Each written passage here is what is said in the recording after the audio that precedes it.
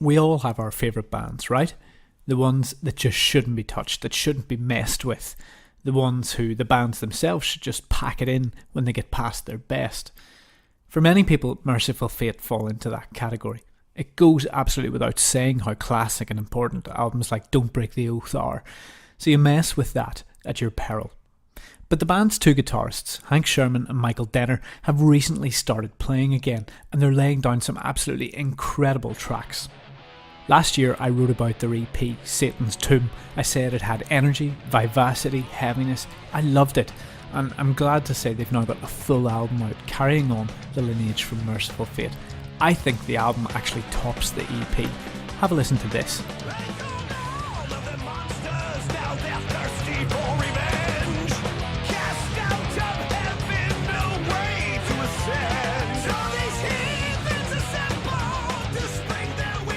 But there's a problem for some people, and basically it's that their singer, Sean Peck, who's incredibly talented, he just isn't King Diamond, as if anyone could be. So I thought I'd call him up and let him give his side of what it's like to be stepping into the shoes of a real metal icon. There's a bit more to it than that in this podcast. I also ask him about how he pulls off those awesome falsetto vocals, hopefully to give all you metal vocalists out there a bit of a helping hand for kicking out those pretty incredible screams. You are listening to the Metal Insight Podcast, episode 27, produced and reported by MetalIreland.com. The shoes that we're filling here, I mean, not just me as the singer, but I mean, you know, Hank Shermann and Michael Denner, and you look at the cover, and you look at the title, and you look at the song titles, and the expectations for them putting out anything is always going to be measured by, you know, Melissa and Don't Break the Oath. So the response was fantastic, and Hank and I just kept writing. We just kept, you know, once the EP was done, we just kept moving forward with, you know, songs like Masters of Evil and The Wolf Feeds at Night, and which was nice. That's why we were able to put out the full length in such a short period of time, you know, when the follow-up of the EP. And the whole time we're putting these songs together, I mean, I'm just coming at it from a fan perspective. I mean, that's why I got into heavy metal in the start, you know, before I even became a singer, was I was just loved the way that heavy metal made me feel, just like all of us.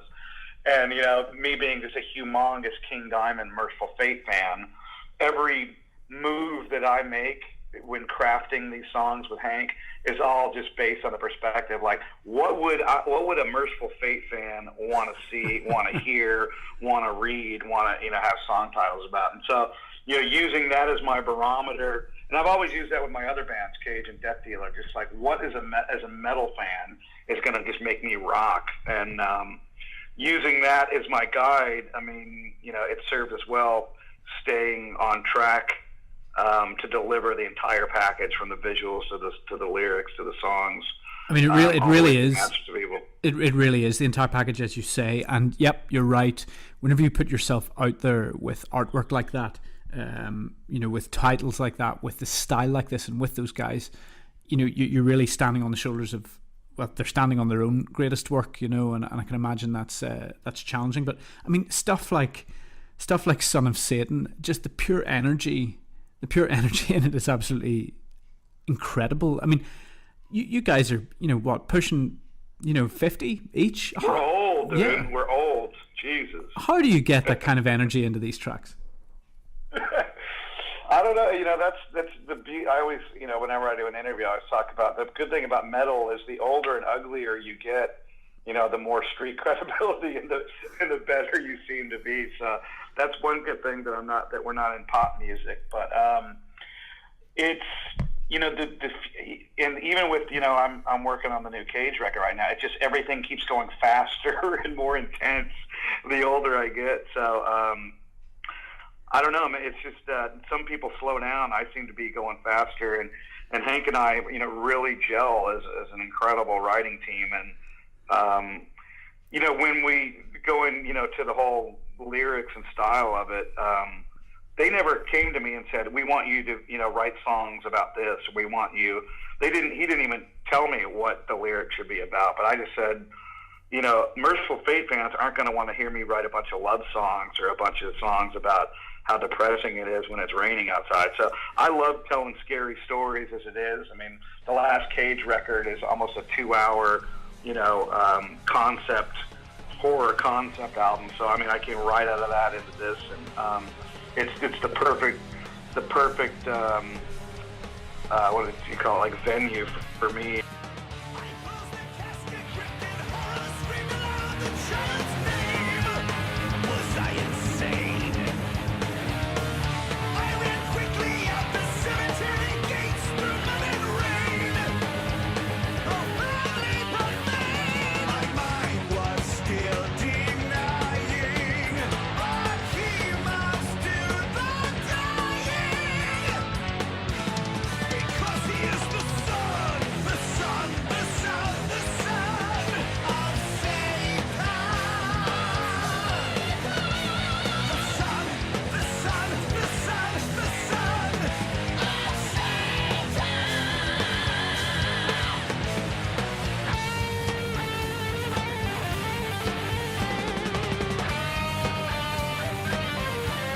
One thing that I'm curious about is you say, you know, as time goes on, you seem to get more intense and faster. But the thing that struck me about this is you also get higher with your vocal. And what usually happens when people get older is that maybe they can't reach those high notes quite so well. And I think back to, I've seen Priest now a couple of times, and Rob Halford's still very good. He still goes for most of the high notes. But he's cramped up, he's crutched over, and he has to give it absolutely everything just to get up to those notes. How have you kept your ability to get that high? I'm going through a whole kind of metamorphosis right now in my singing. I've adopted like a new technique for what I call, you know, the high head voice stuff, and then the super screaming stuff, which is like a mixed voice. On, you know, when I'm doing that, you know, Son of Satan,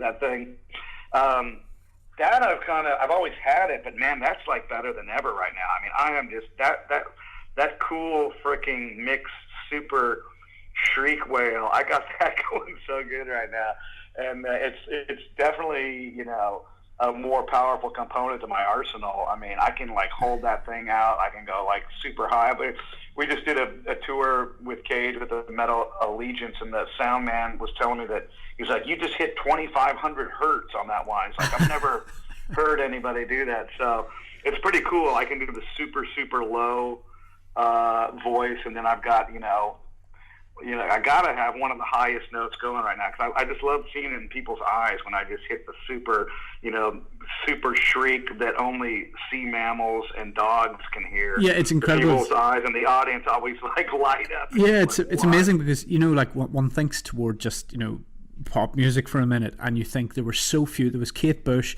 there was Donna Summer, and there was Mariah Carey. There was very few of them could hit that high C, but it seems that you can just crack it out. And I wonder, you know, for singers, for metal singers that might be listening to this, what is the technique? How is it done? You know, I've been asked to, you know, for lessons, and hey, can you teach me that? So I'm still learning more right now.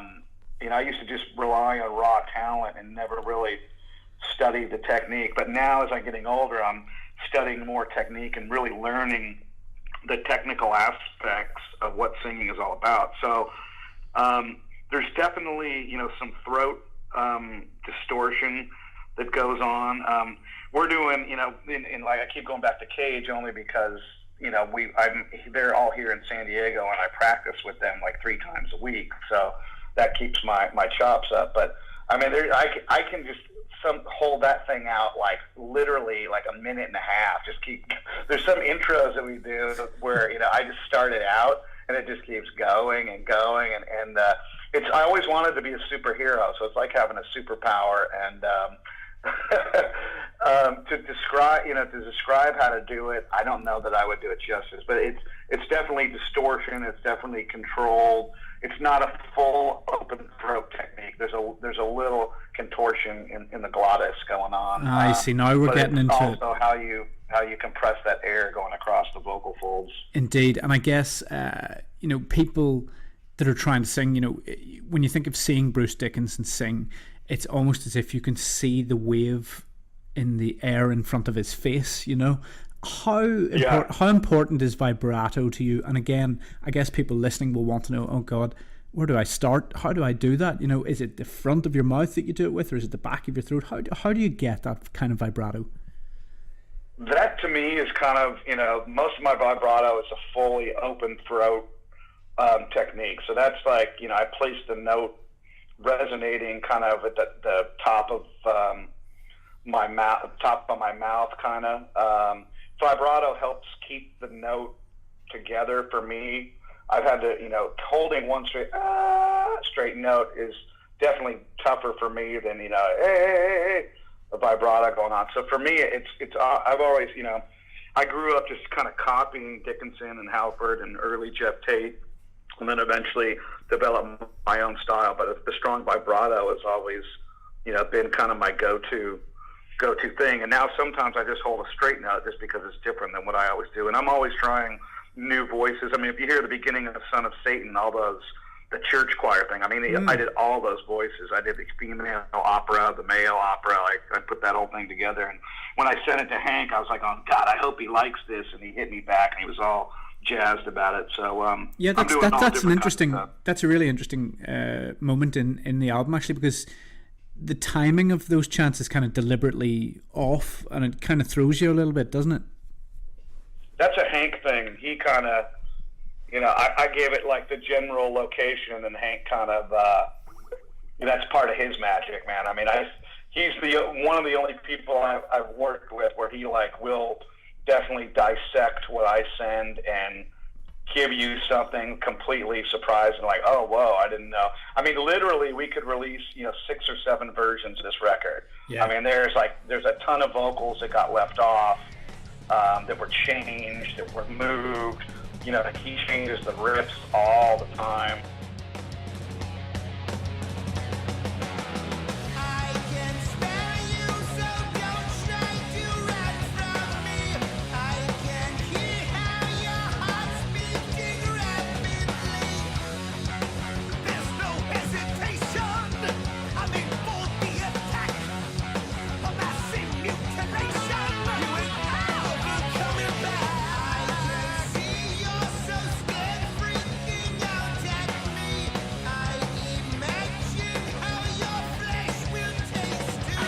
Take the Wolf Feeds at Night for a minute.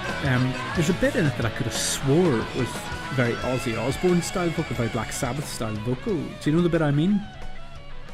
Of course. So tell me about that. Part of the record. So tell me about that. Well, when I started singing, my whole thing was like, I was kind of like the class clown in school. So before I was even a singer, I was just like always making jokes, always disrupting class, always doing voice impersonations and stuff. And so when I started singing, I started in a cover band, and then you're kind of trying, so when I first even got into singing, the first thing I did was try and sound like other people, just because you're in a cover band singing, Beatles and all kinds of crazy college party stuff. And when the first time I met Hank and Michael in person was at the Titans of Metal Festival in Tel Aviv, Israel, where we played 3 songs. We played Evil, Come to the Sabbath, and then Paranoid. And that whole story is funny because their flight got delayed, and literally they got there 30 minutes before, the show started. So we had one unplugged run through around a coffee table, with the drummer kind of patting out the beat on his hands, rehearsal before we went in front of 1,000 people and performed. So that was like full trial by fire, which is a cool way to start the thing. I was like, hey, I've never met you guys before. We're in a band. Are you ready to play? And boom.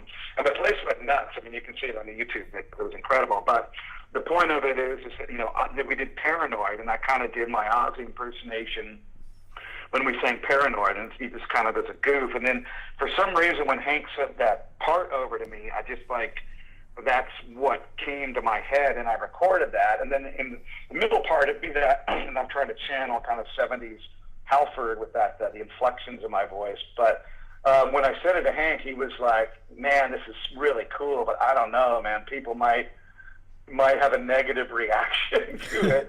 So it was touch and go for like literally to the very end, whether I re-sang that whole part like in a normal voice. But I just kept playing it over and over because it was just, to me, it was so enjoyable. Oh, it's just really good fun. Finally, they took the decision to like, okay, we're going to keep it in, and it's been greatly received. I mean, it's like literally in every review, people are like, oh, it even sounds like Ozzy, this part. And for me, it's great because I get to show that I can, just another side of the voice. Indeed. Which is always my goal, to keep different voices and different attacks on each song to keep it fresh. It's funny that I remember the time Priest's what was it called? Jugulator? What was it called? What was that album? Was it Jugulator?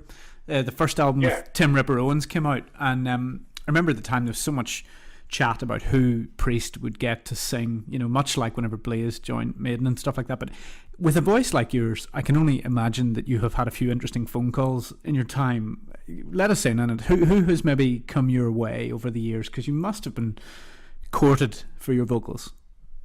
Yeah, I mean, I've never really disclosed a full list. I would say there's probably 10 pretty well-known bands, and it was either like, okay, you can be in the singer, but you have to move here, or you have to quit your other bands. Or the latest one was Riot. I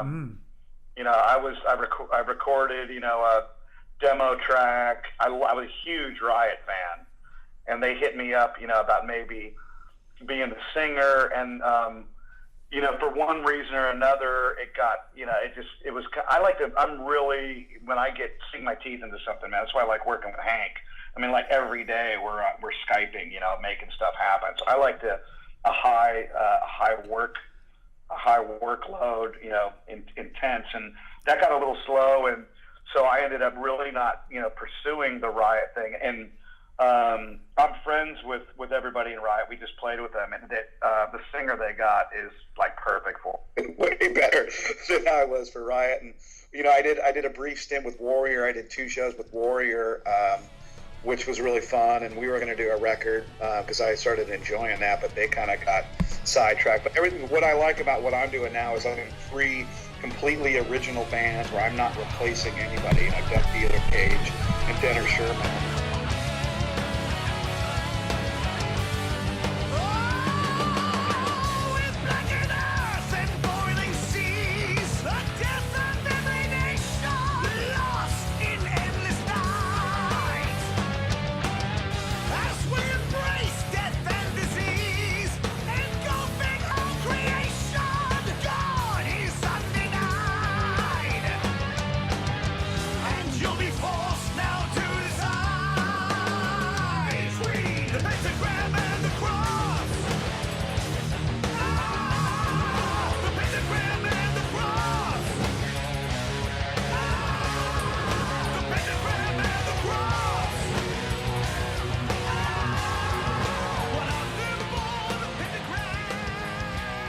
Even though, Denner Shermann will always be forever tied to King Diamond, I'm not necessarily replacing King Diamond. This is a completely different band. And, no one could replace King Diamond. He's one of a kind. Have you ever had any messages of, did he ever hear this stuff, or has he sent you a wee message of support or anything like that? I don't know if he's heard it or not. I'm a huge King Diamond fan. I mean, I don't know anyone else that's wrote a song and put on an album, the song called King Diamond. So I think it's pretty clear how much of a King Diamond fan I am. But there's, there's been not a lot, but some people that are just like, I'm amused by it. Like the singer's horrible, and it's just like every time I get a comment like that, it's pretty funny. But what Hank and Michael didn't know when we started down this road, they just liked Sean Peck for Sean Peck's voice, and that's how they wanted it to sound. But I would put my King Diamond impersonation up there against anybody, any tribute band, like anybody. I mean, I've got like I said, you can go on YouTube and hear the Titans of Metal one. But so if I wanted to make the entire album sound exactly like King Diamond, I probably could have done it so close and no one would have even known that it wasn't King Diamond. But that was never the goal. Your own. When people say that I suck, I'm like, if you want me to sound like King Diamond, I could do it, no problem. No, look, your own performance is absolutely incredible. Look, Sean, thank you so much just for that brief interview. It's really, really great to hear from you. You're an absolute bundle of energy, and that really, really translates onto the album. I love the pentagram and the cross. It sounds like, it's pretty big, all right, isn't it?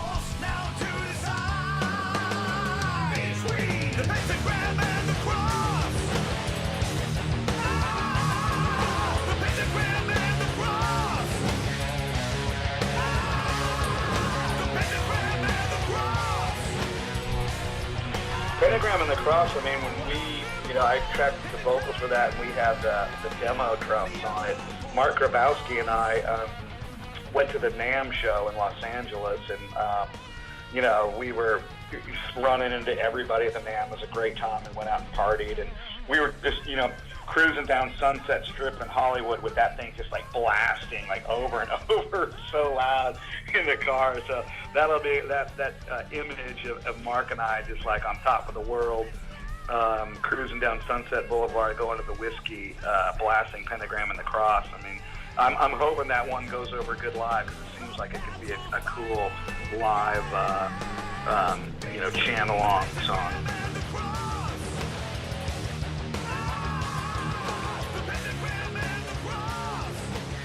It sure will. I mean, one of the things that occurs to me is that, good traditional straight-out heavy metal is having a pretty good time at the minute. I mean, the last Halloween album was absolutely incredible.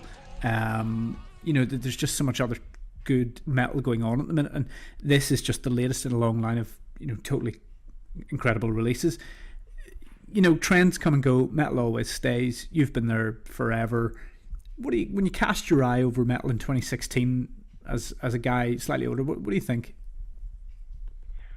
Right now, I'm in San Diego, California, and I've got like 3 stepkids, and so I just went through the last 10 years of dropping them off at high school and seeing all the metalhead little high school kids, with their little bands, and then like having the kids run up the car like, hey, what's up? Being the local metal dude, talking to all the metalheads at these schools. And it was just a cool vibe. I mean, you're playing a lot of all ages shows and seeing the resurgence and the roots, the new roots that are being planted, in the name of heavy metal. Because there was a good 10-year stretch where kids weren't wearing metal shirts, to school. Like there was nothing going on. And now I think the seeds of a whole new generation are been planted, and the roots are so deep.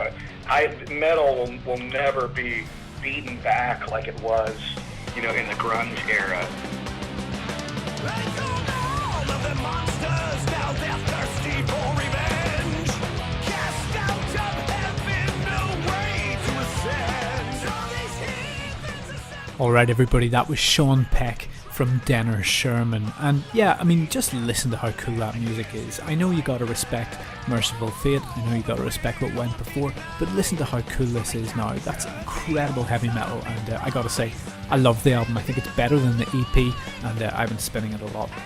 I'm Earl Grey. Thank you for your company for this last half an hour. We'll be back in about 2 or 3 weeks with another podcast getting behind some of the great stories of heavy metal. Till then, over and out. Enjoy the site, and there's a ton of cool stuff coming up this month. So we've already had competitions to win Black Sabbath tickets, Avatar tickets, Saxon tickets. We've got a ton of cool new reviews. I would say that the album of the month this month is really worth checking out as well. That's Like Us on Relapse. That doom is just absolutely crushing. It's absolutely monolithic stuff. Really reminds me of Indecendence and Esoteric and bands like that. Check it out. I also really want you to check out the Irish band Elada. I think that's how you pronounce it. Ealadha, Elada, maybe. They do a kind of anathema or kind of Godspeed You Black Emperor kind of post-rock sound, but it's really kind of Moorish, and you can really kind of lose yourself in it, like Marillion and stuff like that. I really like it, so check them out. But until the next podcast, I'm Earl Grey, this is MetalIreland.com, this is the Metal Insight Podcast, over and out.